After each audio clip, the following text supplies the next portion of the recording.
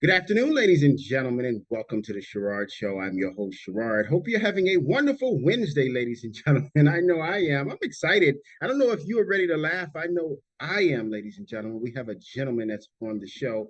He's actually a comedy legend. He's been around for many years. He's the warm-up guy. For 17 years, he was the warm-up guy for the David Letterman. He's also been on 100 films and sitcoms and so many things. And he stopped by the Sherrod Show today to talk about his career as well as giving his perspective on comedy as well as the business, show business. Mr. Eddie Brill, we'll bring him on momentarily, but before we begin, the Sherrod Show is brought to you by Macy's, ladies and gentlemen. Get some of the nicest wear for the best prices, the magic of Macy's. It's also brought to you by iHeartRadio. If you missed this broadcast on television, you can also listen to it on iHeartRadio. Just click the link on the bottom right and you can smile and drive. And it also is brought to you by Pure Essence Television, where you can see this episode airing on Pure Essence Television, but not just this one. Also, other great episodes like Melissa Manchester, Smokey Robinson, Jerry Butler, Dionne Warwick, actually, and then also Joe Montega. And coming up, we're going to have the legendary Joe Montana on the show as well. Well, ladies and gentlemen, without further ado, this man could make you laugh. He just seemed like one of the warmest guys. He's all the way in rainy New York Yeah, today, and we will eventually have him in our Los Angeles studios as well. The man himself, Mr. Eddie Brill. Welcome to the show. How are you, sir? I'm well. Thanks for asking. As just to let your audience know, I had mouth surgery today, so my face is like, and I'm not on pills, but they shot me up with all this stuff, so I'm like, when this is done, I don't know if I'll make it to my bed in time. I'm gonna Okay. boom, but no rush. We can, do whatever we want. I'm just saying I'm dedicated to this, but when it's over, it's gonna be a hard fall. Oh, do I know about that, Eddie? Do I know Yeah. about that? Well, welcome, Eddie. There's so much to talk about. First of all, Eddie, tell us what it's like being a warm-up guy for like the likes of David Letterman. What was that like? Well, to be a warm-up comedian, every television show with an audience has a warm-up person, who goes out to the crowd and keeps them together or actually brings them together. It's like, say your car is freezing in the winter and your job is to go and get the car, start the car up and get it heated so that the owner of the car can drive off smoothly. So that's what we do. We come out, we welcome the crowd, we sort of explain what's going to happen. We joke around, maybe, but we all, at Letterman, we had a band, as well in the warm up and videos. So people could see the kind of stuff we did on the show. It's very informative. And I'm like the liaison for the crowd. It's like, okay, look, we're going to have the time of our lives. And what you're doing is you're taking the rhythm of the room and manipulating it in a very beautiful positive way so that everyone's on board, and that's, you learn that over years and years and years of working, how to feel the rhythm of the room, and if you feel like you need an adjustment here or there, you know how to work it. So you've had times where you did it where the audience was pretty cold and stiff. A lot, yeah. Well, then mostly because they're all separate groups. They come in twos or fours, and they're not friends with each other. In New York at Letterman, they would be shopping on the street and then have to stand in line for an hour and a half, 2 hours, whatever it is. And so these people are like, oh, exhausted. It's, you maybe summer, it's hot as hell, or it's cold outside. There's all different kinds of things. So when they sit down, they're excited, but they're all over the place. And And mhm. go ahead. Now what's amazing. When we're talking just off camera about comedy, people love laughing. For example, one of my favorite comedians of all time is Rodney Dangerfield. Oh Okay. yeah.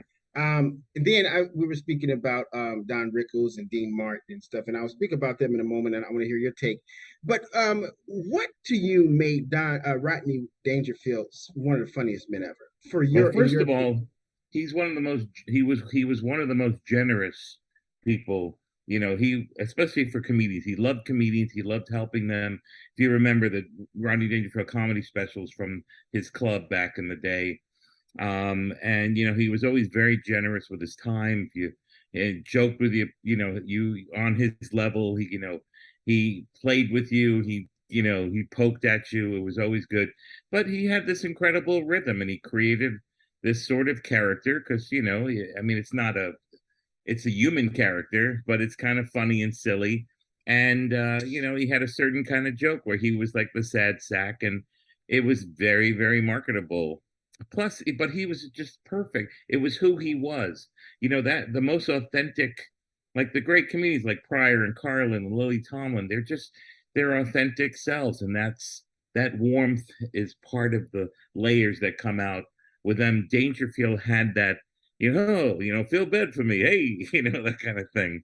He'd tug on his tie. It was just but on top of that, people should know what an incredible man he was to young comics. That is absolutely correct. Being great at what you do is not just being talented at your craft, but also how you help bring up the talent that's coming up under you. And that's something that I hear that's what you do, and that's what you've been doing for many years. And I hear you're one of the kindest comedians out there. Is that Hmm. true, Eddie? Oh, I won't say that I'm kind to me. I'm an asshole. No, no, I love that. I mean, that's a beautiful thing to hear, and you believe that, and there are plenty of people who don't, love me or love what I do or whatever. And also, I was in a position at times, we can talk later on about it, but as the booker of a lot of television shows, whether it was the Letterman show or some British shows and other stuff like that. And if you don't book somebody, they think you suck. Whether you're a nice person or whatever, it doesn't matter. It's all your fault, and they project their disillusion onto the booker. And I'm a comic, and when I booked another comic, I treated them like I would want to be treated as a comedian. So I have nothing to be ashamed of. If someone pointed something out and said, "Hey, you did this or whatever," I'd listen. But it was mostly the grief that I got, and it wasn't a lot. It was from people who I didn't book. And some people years later came up to me and said, "Sorry, I was a little harsh on you. I was disappointed. I didn't want to, believe that I wasn't right for the job. And thanks for being honest with me." And that's all you can ask for. So So so about the being nice and the last part of that, and I appreciate it very much. And it took me a long time to learn to say thank you or accept a compliment without deflecting them. But the other part of it is people did that for me. So many incredible people did that for me. So I vowed to do that for other comics. for those who just joined us, we are talking to the iconic comedian himself, Mr. Eddie Brill on the Sherrod Show. So excited to have him on. He's just as warm as he is funny, so we're so excited. And we will be taking your questions momentarily, but I got to get him off the witness stand first because I got a lot of questions for this I'm gentleman out. I'm okay. on the I'm Sherrod Show. here. But we will take it easy because he did have Your dental place, work it looks done. so nice in the background of your place. I wish I was over there. We're doing this out on the lawn. It'd be great. It'd be great. This is the Wall of Fame. This is one of the rooms of the Wall of Fame. Mm. We have the other one in it with even more of the great ones that stop by. I'm just so humble for all of those who have stopped by.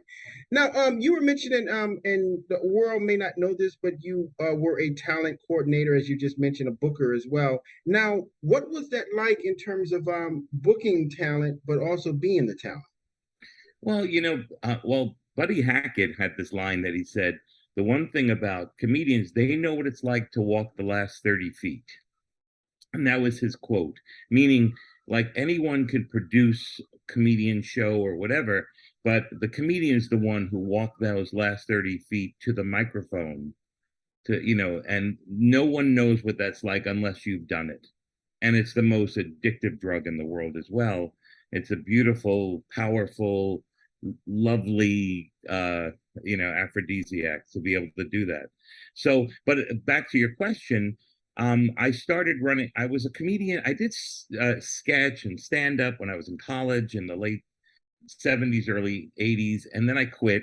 And an opportunity came to run a comedy club in the city, and I did. And I had a lot of friends who were comedians, and we worked together and we created this scenario so that people had a chance to get stage time and to give them an opportunity to be with good lighting and a great setup and treating people with respect and paying them a little extra if we made a little bit more money, that whole kind of thing that we had going. So I already had booked comedians for this comedy club. And again, you only have 52 weeks in a year, and you can only book 52 headliners. and there are thousands of comedians. So, you're booking less than 1% of the people who are auditioning. So it was a little rough. And I said, look, I really like that and I love doing it, but I really have to work on my own career. And people are calling me in my home at 2 in the morning. Hi, I'm really funny. And I'm like, I'm sure, but let's talk during the day, or whatever. And, but you care for them because they're going to, I wanted the booker to, take my call or hear from me. So as much as I could, I would be that person. But after, booking for a while, so, and then, I stopped.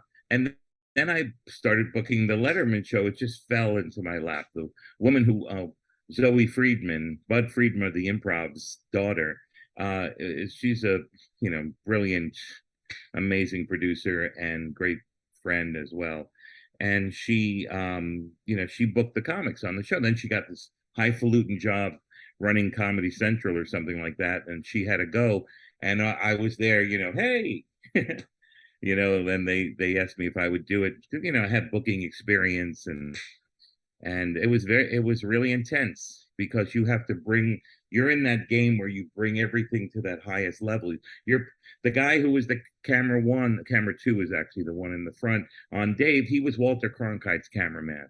The producers were from, Harvard, and you know what I mean? It was not that, Harvard's great and some of the best writers in the world are from Harvard. So Letterman had the best of the best working for him. So if you worked there, you were forced to bring your game up to that level, and it was really fun to play on that energy. Now, we're going to take a brief commercial break, but I want you to think on this. When it took me to be educated by Mr. Michael Collier himself and a couple other uh comedians because Old friend, yes. I thought a comic and a comedian was the same, but he tells me there's a difference. And when we come back from this commercial break, I need you to educate me and the audience as Okay. well on what's the difference between being a comedian and a comic. I'm Sherrod. We'll be right back right after this.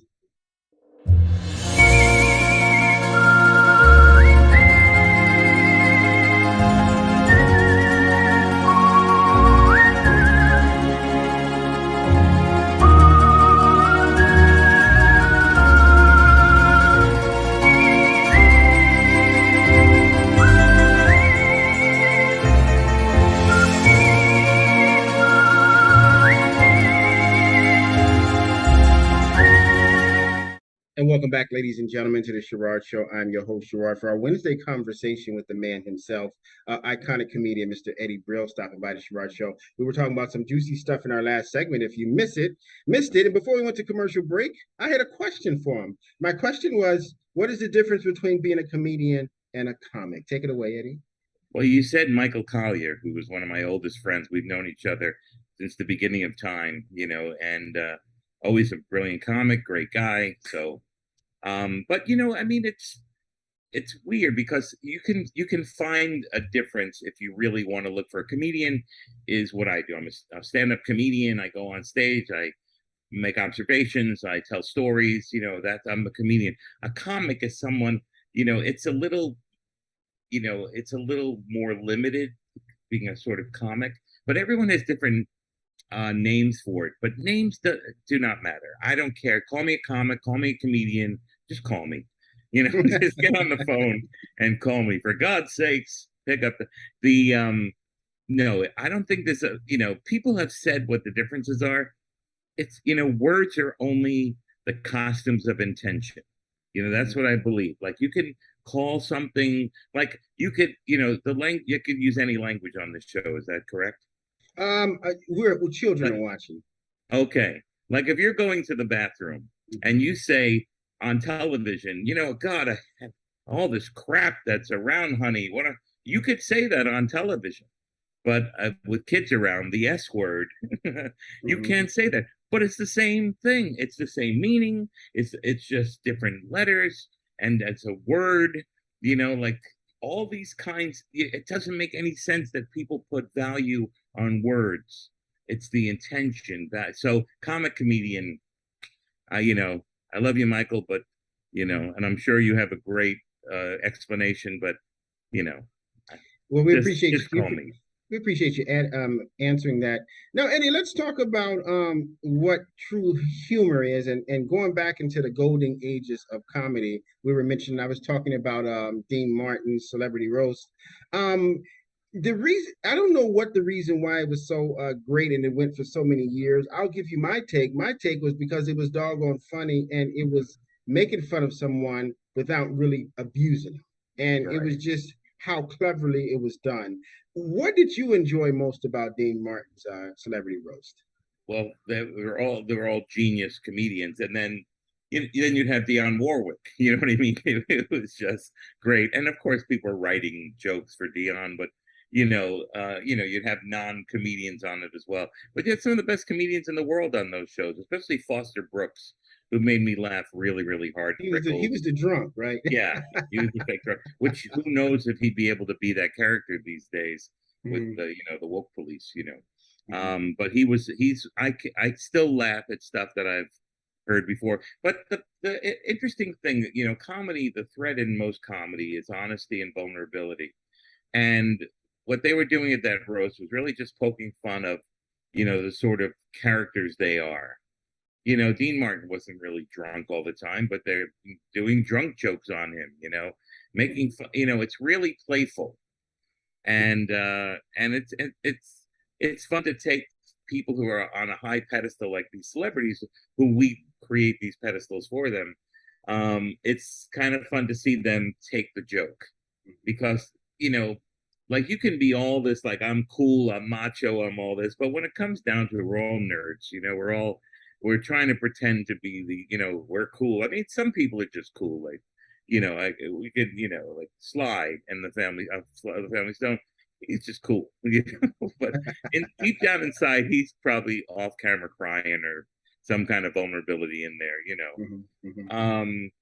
But it's again, the point why those roasts worked so well, because it was fun. People are having a good time. No one was taking life seriously because life's pretty hard and not serious when in the regular world. This is the stuff wearing off and me Oh no. sentences. Okay, okay. We won't take you too long. Believe you Oh me, no, I no, get I'm just saying I trailed off and I was like, who am I? Oh yeah, right. I just had a surgery on my jaw. One of the funniest comedians that was on there was Red Buttons. Red Buttons was absolutely hilarious because he always wanted to raise the question, why? Why, with all of these Italians, why does this man deserve a dinner? I mean, it was just absolutely priceless how he did that. Yeah. But it leads me to the one of the most iconic comedians ever, the late great Don Rickles, who you personally knew. Well, it was very interesting. First of all, he was my father's favorite comedian, which was really cool. And we really weren't allowed at the Letterman show to go to the dressing rooms of people we didn't know. But, I'm a comic and I snuck up to Rickles' room to knock on the door. And I said, look, I'm probably not supposed to be here, but you're one of my heroes, my father's favorite comedian. I can't believe I just want. And he said, "Get in here," and he brings me in the dress, and we spend like a 45 minutes, and then he starts talking about my career, and he wants me to answer questions. It's like we were best friends immediately, and he was so, and it's well known. He's just one of the sweetest men in the world. There was, of course, and just loving and lovely. And then later on, I got to have dinner with Letterman and Rickles, and I laughed for 2.5 hours. It was funny and sweet and silly, and it was really great. So next time Rickles is on the show, um, he couldn't remember the name Tommy Lee Jones, and I knew who he was talking about. So I yelled, "Hey, Tommy Lee Jones!" And he said from the set of Letterman, and he goes, "I got it, you hockey puck," or something like that. And Letterman and Letterman goes, which is a compliment, of course, Mhm. when Rickles does that to you. Um, Letterman goes, "Why are you, yelling? He gave you the answer. He says?" And then Rickles said, "Nah, I'm just kidding. I love Eddie Brill, and this thing." And oh my God, I melted. And I called my father, of course, after the taping and said, "Please watch tonight." And that really was a defining moment in my relationship with my father, because he didn't really want me to really be a comedian. He wanted me to be in his business. And, he was a lovely person, but he, fathers sometimes, like, what are you doing that job like that? It's like I'm What, going what up there trying to do jokes in front of people. what was your dad's business? It was like a electronic wholesale business, and he was very good at it. And he had a funny name. It was called Norman's House of Deals. And when I was a kid, I would answer the phone and I go, Norman's House of Deals, Norman's House of Deals. And I'd say it all day long. And then I get home and I answer my home phone, Norman's House of Deals. There's a musical in that job. But it really was great because Rickles said that he loved me on television, and my father's hero said that about his son. And it was, I How you can phenomenal. imagine how even till today I get chills thinking about how incredible that was. That's incredible. Now, Eddie, there are comedians out there that are funny on television, but when you meet them as a person, you can never see the humor, because they're serious all the time. Right. I heard Eddie Murphy is one of those type. He doesn't joke around. He's usually very serious until the lights start flashing, and then all of a sudden he's in his set. Have you met any comedians like that they were just hilarious on stage, but they're very serious in person? Yeah, most comedians are oddly enough, and I'm not saying this only comedians, but most of my friends are comedians and they're the smartest people I've ever met. They're just, they have incredible brains, and uh to be able to, have this brain that goes a certain way, and then being able to perform in a way that you're not trying to please the audience, you're trying to tell your truth, and as an effect it pleases the audience, kind of thing. It takes a lot of intelligence. So a lot of comedians are pretty serious when you hang out with them. I've had some of the deepest, most amazing, beautiful conversations with a bunch of comedians, but at the same time we're jokers, and we've always been the class clown. Or Stephen Wright and I went to college together, and we both tell the same exact story. That when we went to college, we were nervous. We had a class where you have to read in front of, everybody else, and I was shaking and nervous, and my voice was, and Stephen said, I did the same piece, the George Carlin piece. I did that in my class, and I was shaking, I was nervous. But as you perform, and stage time, you get better at it. And then when you leave the stage, you're still that person who's second guessing yourself, or whatever quality it has for someone who's introspective. It's you appear to be the guy that when I was in high school, I didn't want you sitting behind me because you'd be cracking jokes and I'd laugh and they wouldn't know it was you and I get kicked out of class. Is that you? Yeah. Yeah. Well, my friend I have a friend, Luann, who we've been friends since seventh grade, and she's the smartest person I know. Genius, math, science, everything, and sense of humor. Smart, that kind of smart too. But she was, like, we'd be in math together, and I'd sit behind her, and I'd make her laugh, and she'd get in trouble. You know, it was so bad. But we're still friends to this day. But it was more silly than it was, not mean spirited. It's so boring sometimes, in That school. is true. That And is true. when I was a kid, there was paddling. So there was this dean who was like a linebacker, and he had this paddle with holes in it. And if you a couple of times I was too silly, and I got called down and got an ass whooping. As a kid, you'd prefer to get your beating in school so it doesn't get back to your mom and dad. Yeah. Because if you got so they treated, if you got so much trouble, you had to call your parents and the principal's office, and they had to come to the school. That was World War III. Is that correct, Eddie? Oh my God, it's so true. Yeah, I mean, my mom, when she was a little girl, got the tar beat out of her. My grandmother was, just my mother told me, it's like, oh my God, what a crazy woman your mother was. And but my mother, honestly, just as a side note, my mother's the funniest person I've ever known. And I was talking to a doctor recently because my mom passed not long ago, I'm and sorry to he hear said, I miss having your mom as my patient, because when I saw that she was my patient, I knew it was going to be a hilarious, great day, and I was going to laugh my ass off.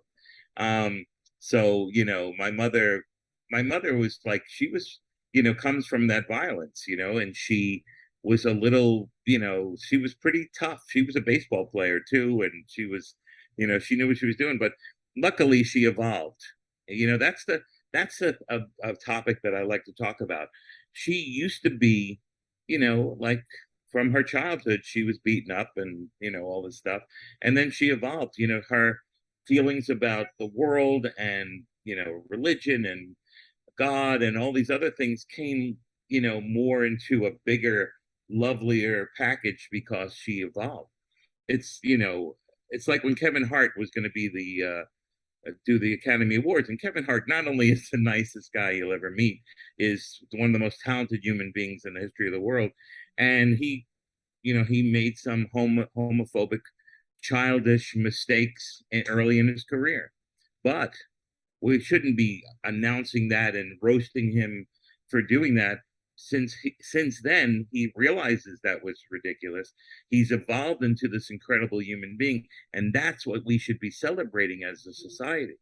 That's right. Celebrate the evolving and not hold on to the past. Everyone, you and me, we turned the mic off and I could do an hour on the things I don't want to talk about, and you can do the same thing with me. Everybody is like that. That is It's correct. just, so. That's great. Now, Eddie, there are people out there, and you kind of alluded to it with your mom. God rest her soul. Thank Um, she sounded like I never met her, but she sounded like the type of person that was funny and didn't even mean to be funny. Right. That She was was like, her. "Why do you think I'm funny?" I'd laugh at that. That's what my grandmother was.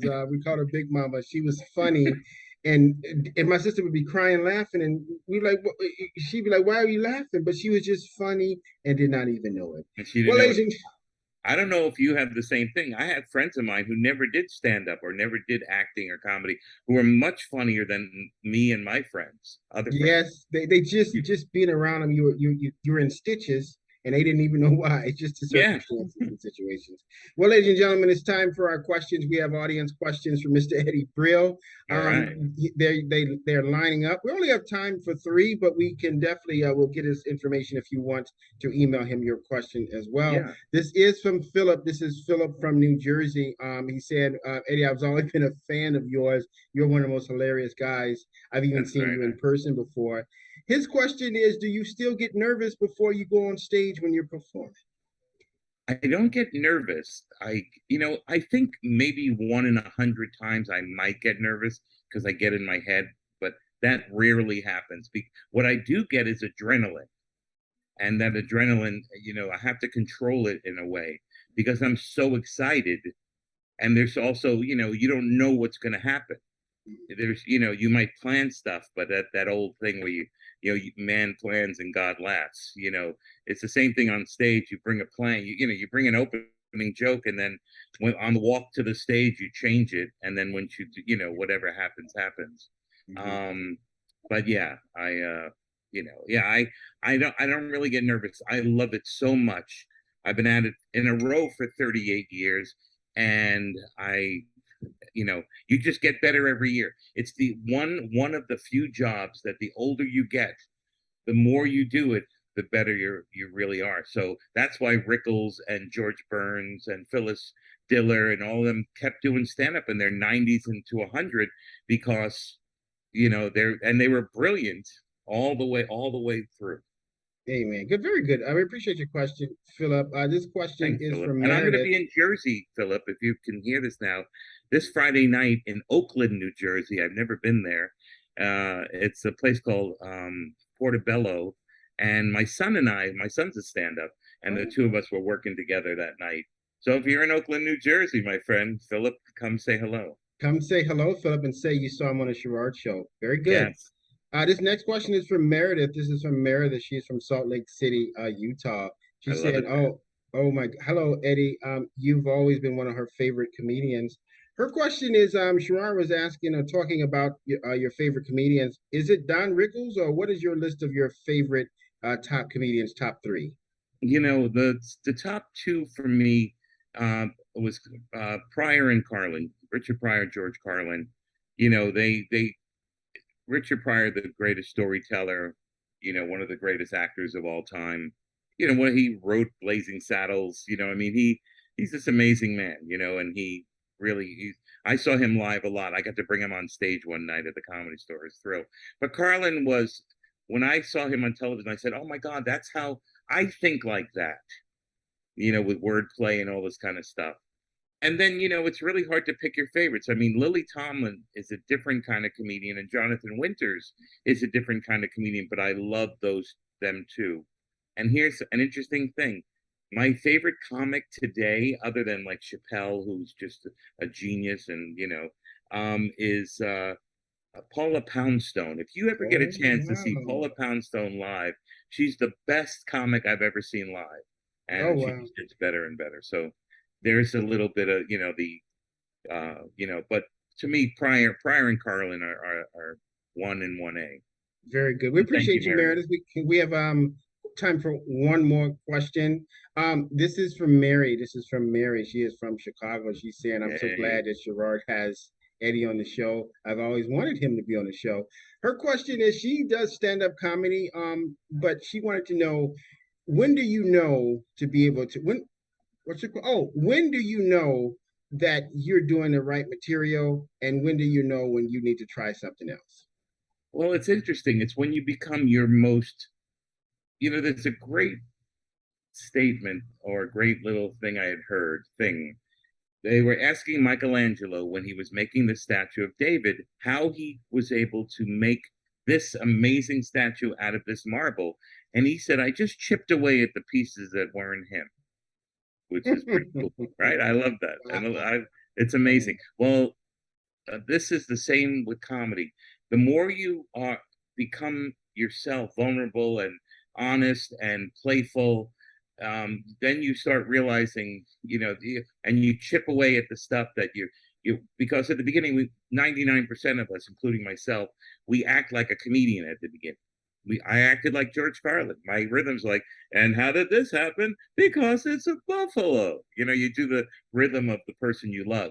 Eventually you realize who you are, which is one of the hardest things to figure out, and you bring that to the stage, and that's when and then all of a sudden, like a river flows, and the material, you say, oh my god, I get it. And then the material just comes out like a you know like a fountain. It's amazing. So keep up the good stuff, the good work. And if you want to email me, and I come to Chicago a lot. Zanies is a great club there, and so yeah. So if you ever want any hints or help like that, just leave your email with Gerard, and I'll return a message to you. Gerard, Eddie. Oh, how did I say it? He said Gerard. I didn't. I didn't mean. I wouldn't. Yeah, because Sherrod Small is a friend of mine. Mhm. So when I heard Sherrard, I had to remember to put the "r" in there in there. But I wouldn't. I don't think you're Gerard. Although I know Gerard Carmichael. Oh, Who, okay. yeah. So Well, there's well, Sherrod.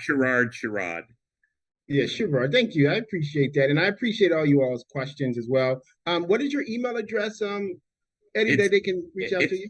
I have one that I use for comedy. It's very old. It's Eddie Comic, EDDIECOMIC at AOL. I have Gmail AOL. stuff. I have Gmail stuff and all that, but the most of the people in comedy have known me from this email address without even have to think twice. So I've kept that. So Thank Eddie you. Comic, EDDIECOMIC at AOL.com. Well, Eddie, I appreciate you stopping by the Sherrod Show for a moment or two of your time on this Wednesday afternoon here in Los Angeles. Thank you so much for being on the show. Eddie, do you have any final words for the audience? Support live comedy. It's very important for us to have people to get back out there and laugh. Don't take yourself seriously. You know, I love. There's a song written by Nick Lowe, a great, incredible writer who Elvis Costello made the song popular. He always says, "Excuse me, what's so funny about peace, love, and understanding?" And that's what I always say. What's so funny about those three things? So, that's compassion and passion. That's life's about. If you're not waking up and pushing the compassion button, you got to rethink your day. Oh my You know? goodness, very good, very well said. Eddie, when I'm in New York again, which will be soon, God willing, we're gonna go out to dinner. Yes, I'm Chop it ready. up. I'm hungry right now. Let's go. we'll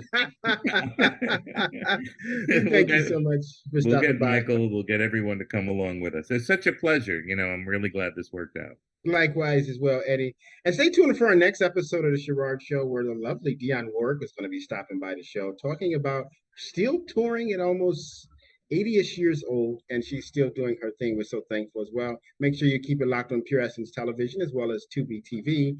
For Mr. Eddie Brill and all those who are watching in my team, always remember if you ever want to soar with the Eagles, stop hanging around turkeys. I'm Sherrod. See you in the next episode. Bye bye now.